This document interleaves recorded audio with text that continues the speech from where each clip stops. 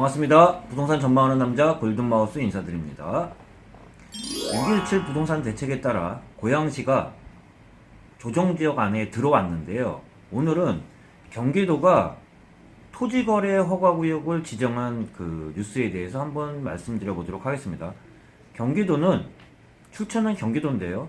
경기도는 26일 경기도 도시계획위원회를 열고 오는 7월 4일서부터 2020년 7월 3일까지 2년간 도내 시군구에 있는 임야뿐만 아니라 또한 그 재개발, 재건축 사업 등으로 인해서 집값이 시세 차익을 노린 투기 수요를 억제하기 위해서 고양시 덕양구 재건축 촉진지구 또한 일반 정비 사업지구에 대해서 토지거래 허가구역을 지정하기로 했는데요.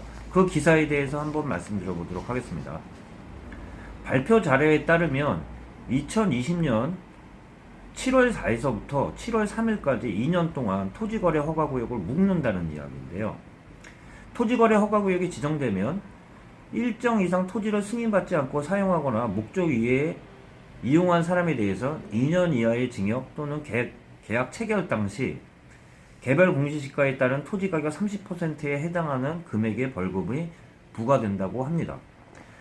최근에 고양시 중에서도 덕양구가 덕운지구라고 해가지고 또한 능곡 재개발하면서 분양을 했을 때 분양이 순탄하게 진행해 하면서 1순위로 마감한 탄력에 따라 이 지역들의 투기 수요를 잠재우기 위해서라고 얘기를 드리는데, 이 지역들을 보면 재개발, 재건축 사업 중에 실수요 목적이 아닌 시세 차익을 노린 투기 수요 거래가 늘어난다고 판단하면서 고양시 덕양구 재건축 촉진지구 중 능곡 1, 2, 5, 6구역 또한 원당 1, 2, 4구역 일반 정비사업인 능곡 2-1구역 또는 행신 2-1구역에 대해서도 토지거래 허가구역을 지정한다고 밝혔습니다.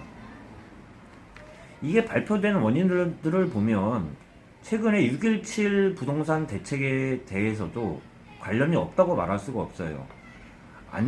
재건축 재개발을 통과하기 어렵게 만들어놨다고 얘기했잖아요. 제가 재건축 통과를 보면 안전진단과 관련해서 강화된 기준을 적용하면서 2년 거주 요건을 적용 대상을 재건축 요건을 2년 거주 요건을 충족한 사람들한테만 조합원의 지위를 준다는 그런 그 강화 조치가 있었어요.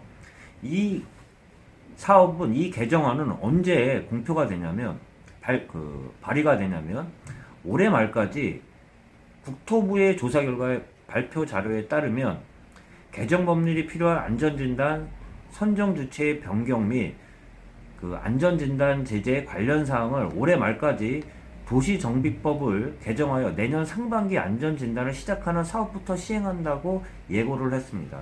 그러다 보니까 기존에는 아직 적용이 되지 않을 텐데요.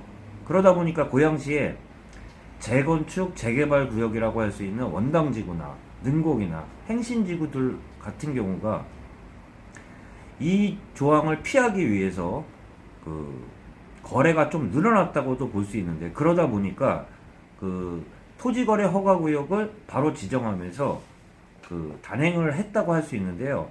한편으로는 요런 좀 제 느낌을 이야기 드려보면 재건축, 재개발을 언제 투자하나요?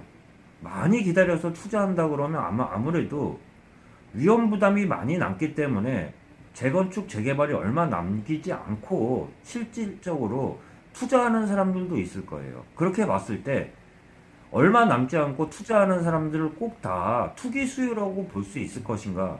그렇게는 볼 수는 없을 것 같아요.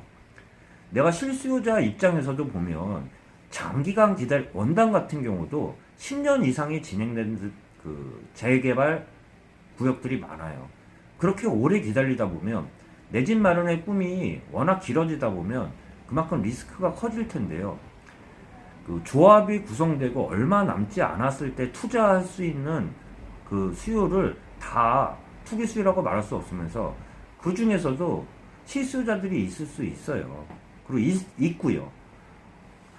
최근에 3, 40대가 청약 시장에서 당첨 확률이 떨어지다 보니까 위험 부담이 있겠지만 재건축, 재개발 조합원 그 분양에 대해서도 관심을 갖는 이유들이 중에 하나가 그 얼마 안 놔두고는 그 전보다는 비싼 가격을 주고 사겠지만 추후 새 아파트에 입주할 수 있는 그런 아파트에 프리미엄을 주고 산다고 할 수 있는데요.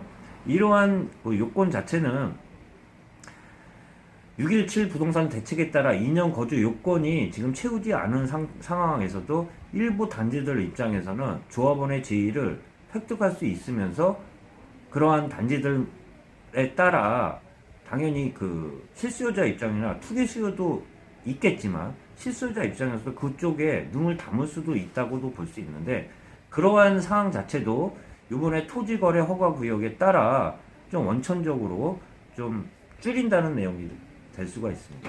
단지 좀 이런 얘기를 드려볼까 합니다. 저는 인테리어도 같이 한다고 했는데요.